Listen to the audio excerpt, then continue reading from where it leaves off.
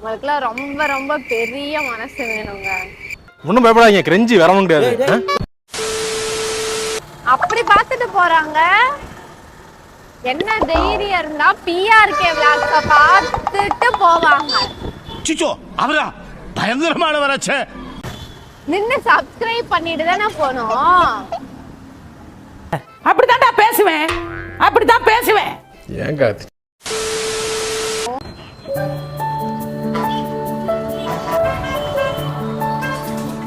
நத்த சாப்பிடுறீங்களா? தட்டு இதுல இருக்கு.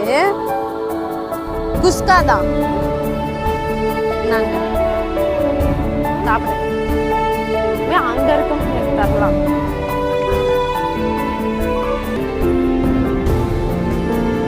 எந்திரிப்பாரா அவரு?